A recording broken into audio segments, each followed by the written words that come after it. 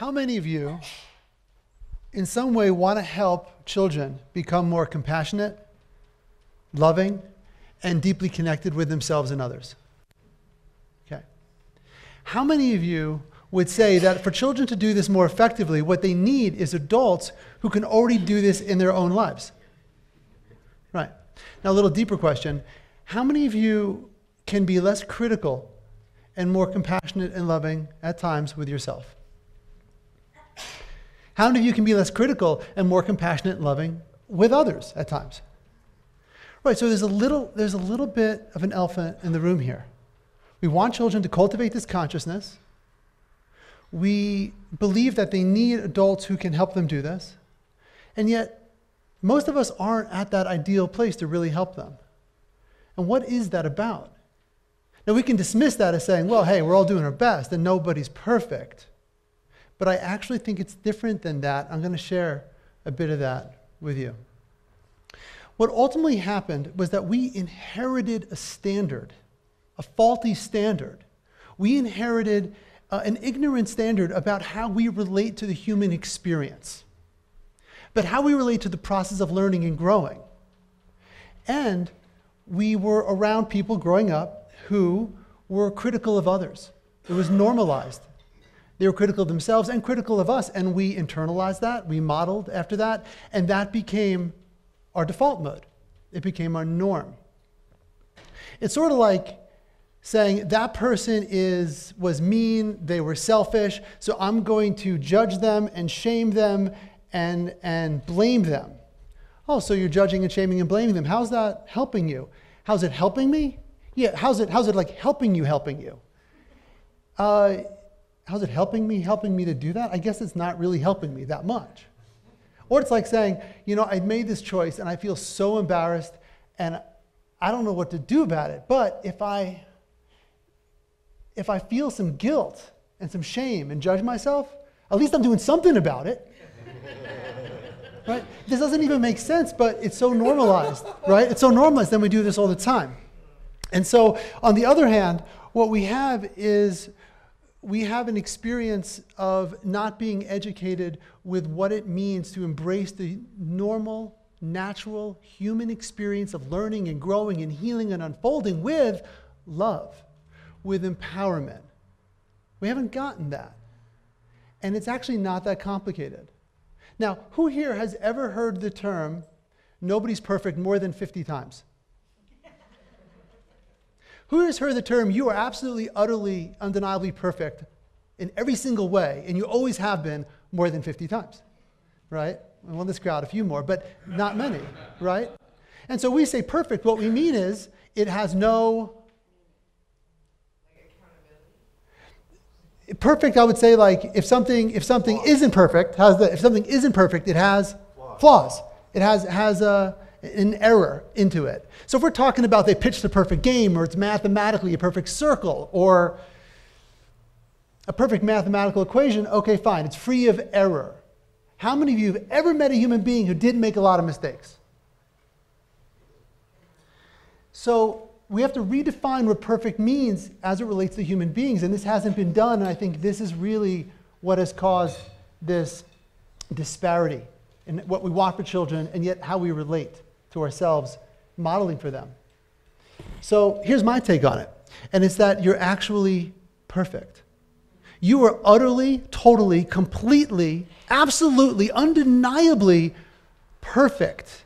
You're perfect examples of human beings. Meaning, by the time that you're born, your nervous system is already tracking, how do I need to be in life to be stable and safe? By the time you're a year old, your nervous system, your brain is already developing the belief, is life safe or not? By the time you're 2, are relationships safe? By the time you're 3, how do I need to be in relationships in order to get my needs met? And then we have these perceptions, and these perceptions become a perceptual lens, and we start seeing the world through this. And we start making choices with really good intentions in mind, feeling stable in some way, even if it doesn't work. Because our brain was the size of an apple, and we couldn't have the context to really understand reality. And so you're going to be open sometimes, and you're going to be closed sometimes. because you're making a choice based on what you perceive is the thing to do to make you feel safe and stable. You're going to be harsh and you're going to be gentle. You're going to be patient and you're going to be impatient. You're going to be generous and you're going to be selfish. You're going to be sweet and you're going to be rageful. And one isn't good and one isn't bad. It's all just a reflection of the actual experience we're having based on how we perceive how we need to show up in the first place. And as we evolve, what we're doing is we're burning through all this old conditioning. We're burning through layers and layers of ignorance that we inherited. And this means a few really important things. One of the things it means that when we embody this and we can help children have this as a new normalized way, it means that there's actually nothing wrong with you. Nothing's ever been wrong with you, not for a moment, not for a second. Nothing's been wrong with you no matter if people said that, if you believed it, and nothing's been wrong with anybody, ever. Now, we may not act in the most conscious ways. It might not look pretty at times. We might be stuck in a place that feels really bad. We might be angry and destructive. We might be. But we should be, based on our conditioning up to that point, based on all the stuff we've healed through and all those layers we've burned off and all the stuff we haven't, based on how awakened we've become and how awakened we haven't yet become. What that means is that we can actually be gentle with ourselves. We're just working it out. And if we can be gentle with ourselves, what this means is that we're always doing our best. And even if our best doesn't look good, and we say, well, I knew better. Well, you might have known better. But in that moment, you made that choice because that was the best choice you could make based on how you orchestrated all of your needs and wants and longings. You did the best you could do. And no, it didn't look good. Right? And what this means is that we can choose to have a process that allows for evolution, a process that allows for healing. We can actually become so present and intimate with what's happening in the moment that we can have a learning process. And the greatest gift that we can give to children, perhaps, is helping them become learners from life. Because the school of hard knocks will knock every kid hard, numerous times, throughout their entire life. And if we don't help them and model for them what it means to be a learner from life, they'll do what we did.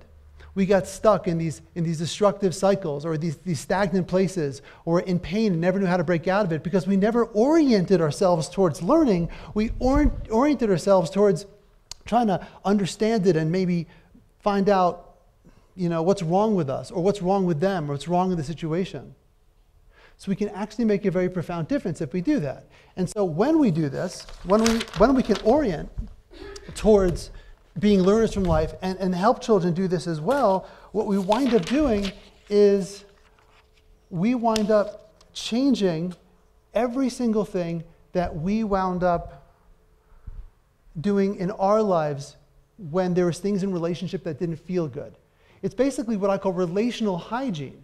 How do you take care of your process in which you relate to yourself, to life, your experiences, and others? How many of you brushed your teeth today? So you have good dental hygiene. Was it a really big deal to brush your teeth? It's actually not that big of a deal to have better relational hygiene. We just have to normalize it so it becomes a bit different. And so there's a question we can ask ourselves that makes this a lot easier for us to model for children what it means to show up in this authentic way. And that question is this. It's really simple, and there's a few forms of it. What is in the way of me being more loving right now with myself, with that person? What's getting triggered in me? What's arising in me?